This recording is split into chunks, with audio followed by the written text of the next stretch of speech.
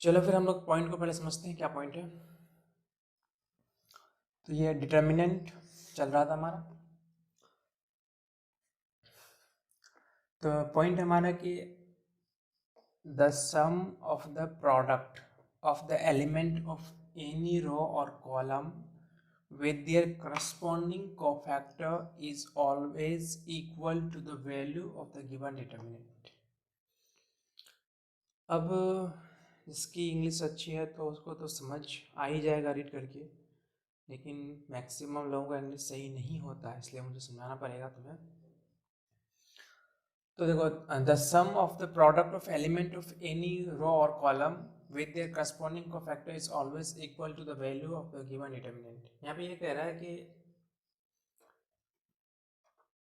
ये जो सम है ना, सम, एक सम की बात हो रहा है यहाँ पर, और ये प्रोडक्ट यहाँ पे वर्ड है, इस दोनों को ध्यान दो। प्रोडक्ट किसका? Product of element of any row या कॉलम। सबसे पहले तो प्रोडक्ट करेंगे, प्रोडक्ट करेंगे किसी भी एलिमेंट का। प्रोडक्ट किसका करेंगे? तो एलिमेंट का करेंगे। किससे करेंगे? Product of element of any row और कॉलम। चाहे इसको ऐसे रो होता है और ऐसे कॉलम होता है, चाहे हम रो का लें या कॉलम का लें, रो या कॉलम दोनों है, with their corresponding cofactors. Product तो हो रहा है, एलिमेंट का प्रोडक्ट होगा किसके? चाहे रो का एलिमेंट हो या कॉलम का एलिमेंट हो, एलिमेंट तो होगा, लेकिन प्रोडक्ट होगा किससे?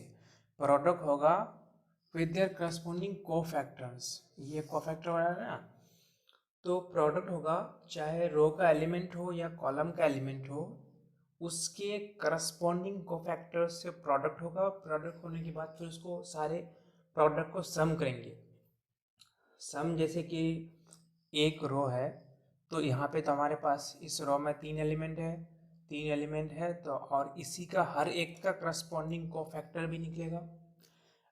कोफैक्टर वाला हमने पहले ही कवर कर लिया है, तो अगर कोफैक्टर का जिसका मिसिंग है, छूट गया है, तो उसको पहले कोफैक्टर वाला लेक्चर कवर करना पड़ेगा, अदरवाइज फिर ये समझ में नहीं आएगा। क्योंकि कोई भी चीज़ छोड़ दोगे स्टेप में तो एक स्टेप को जम कर रहे हैं आप, तो तुम कोफैक्टर की बात हो रहा, तुम समझ ही नहीं रहे हो कि कोफैक्टर क्या, तो फिर कैसे होगा? तो पहले आपको जो है प्लेलिस्ट विजिट करके कोफैक्टर का लेक्चर कवर करना पड़ेगा अगर समझना चाहते हो तो। तो यहाँ पे है कि product of the element of any row या कॉलम विद देयर करस्पॉन्डिंग, ये वर्ड है ना, corresponding cofactors is always equal to the value of the given determinant.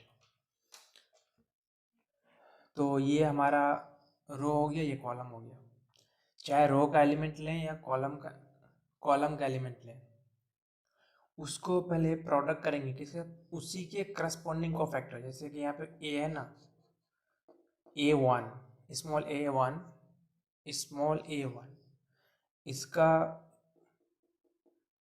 Cofactor हम निकालते हैं। पहले मैं यहाँ निकाल के रखा हूँ, आप देखो कि कोफैक्टर ऑफ स्मॉल a1 का कैपिटल A1, यहाँ पे मैंने इसको मान लिया है कि चलो स्मॉल a1 का कैपिटल A1 ए फैक्टर आ रहा है, मैंने इसको लेट किया, मैंने माना है इसको, ठीक है, समझने के लिए।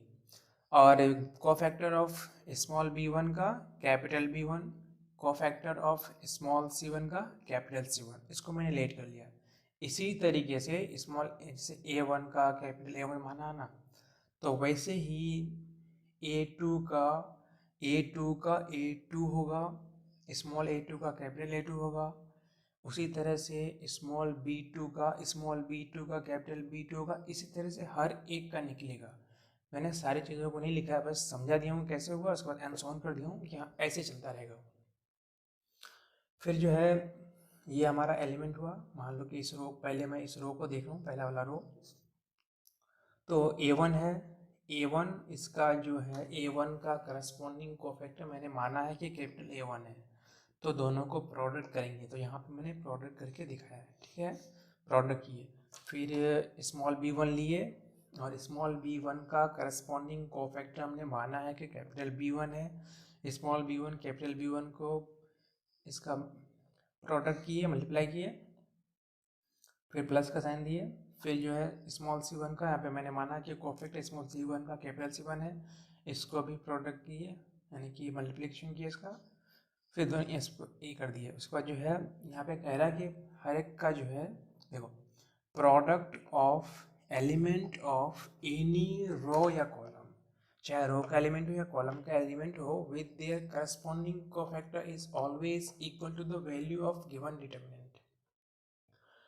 तो प्रोडक्ट तो कर रहे हैं, लेकिन प्रोडक्ट से पहले सम भी है ना, तो प्रोडक्ट करके उसको सम भी करना पड़ेगा, इसीलिए यहाँ पे मैंने सम भी किया है साथ साथ।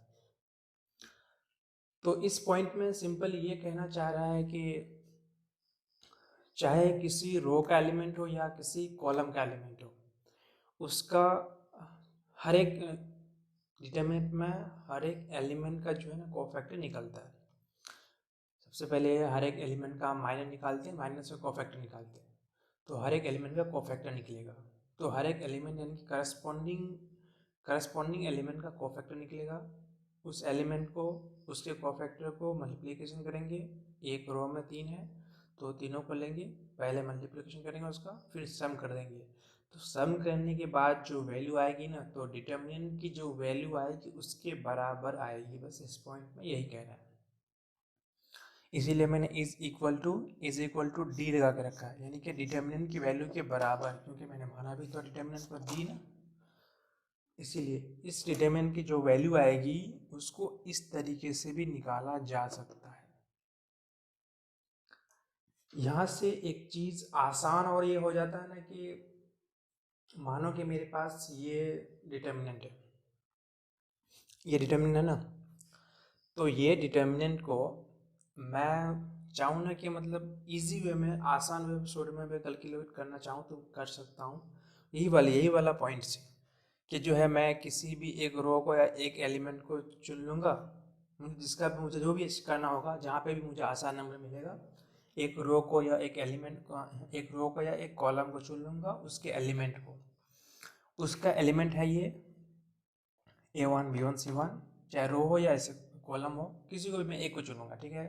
फिर उसके बाद मैं इसका करस्पॉन्डिंग कोफैक्टर निकालूंगा, जैसे यहाँ पे मैंने माना है वहाँ पे निकालना पड़ेगा, नंबर रहेगा तो फिर उसके बाद उसको मल्टीप्लिकेशन करेंगे, प्रोडक्ट करेंगे, हर एक का एक एलिमेंट उसका करस्पॉन्डिंग कोफैक्टर, एक एलिमेंट उसका करस्पॉन्डिंग कोफैक्टर, एक एलिमेंट उसका करस्पॉन्डिंग कोफैक्टर, फिर ये तीनों को सम करेंगे ना, तो यानी कि एक रो का, यहाँ पे रो को मैं लिया हूँ ना, तो एक रो का एक element corresponding cofactor plus element corresponding cofactor sum करेंगे तो इसकी वैल्यू डिटरमिनेंट की वैल्यू के बराबर आएगी।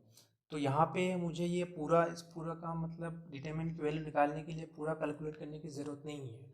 अगर मुझे आसान सा कोई नंबर मिलता तो मैं सिंपली इस तरीके से निकाल लूँगा, तो इसमें टाइम भी सेव होगा, और क्योंकि कम्पिटिटिव एग्जाम में इतना टाइम नहीं मिलता एक क्वेश्चन को सॉल्व करने के लिए, तो वहाँ पे बहुत सारे बच्चे ट्रिक लगा के कर लेते हैं। तो ये पॉइंट कैलकुलेशन को इजी करने के लिए है, और एक पॉइंट है डिटरमिनेंट का, आपको याद रखना पड़ेगा इसको। चलिए इस पॉइंट का एक बार हम लोग रिकैप कर लेते हैं कि इस पॉइंट में आप एक बार रीड कर लेना।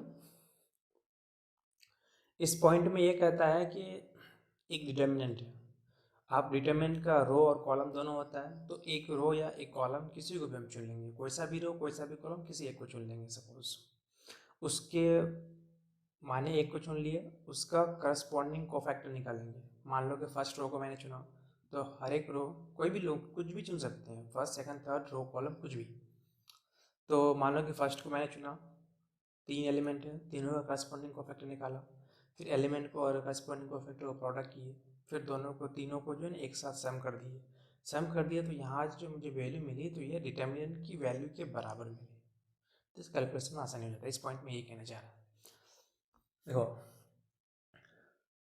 The sum of the product of element of any row या कॉलम, सम करेंगे, किसका सम करेंगे, प्रोडक्ट का, लेकिन प्रोडक्ट फिर किसका करेंगे, एलिमेंट ऑफ एनी रो या कॉलम, एलिमेंट का प्रोडक्ट करेंगे, चाहे रो का एलिमेंट लेंगे या कॉलम का एलिमेंट लेंगे, लेकिन करेंगे किसके साथ, विद देयर करस्पॉन्डिंग कोफैक्टर्स, उसे कोफैक्टर के साथ प्रोडक्ट करेंगे, फिर सम करेंगे, तब जो उसकी वैल्यू आएगी ना, हमेशा गिवन डिटर्मिनेंट की वैल्यू के बराबर आएगी। ये पॉइंट यही कहता है। ठीक है, क्लियर है। और अगर चीज़ें नहीं समझ में आई तो एक बार बैक करके देखो, एक बार पहले इसको नोट करो, एक बार रीड करो उसको अपने से अच्छे से, अपने से अपना एफर्ट दो। अगर समझ में नहीं आया गया तो कोई बात नहीं, और अगर नहीं आया तो उसको तुम पहले अपना नोटबुक में नोट करो और उसको अपना एफर्ट दो।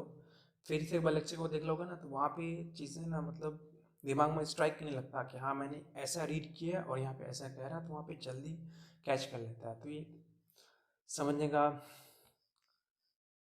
जुगाड़ है या जो कह लो है, बस समझ में आ जाता है। क्योंकि अगर तुम खुद से अपना एफर्ट दे के रखते हो किसी भी चीज़ को, फिर उसको तुम एक बार इसका लेक्चर देते हो ना तो वो समझने में ईजी रहता है।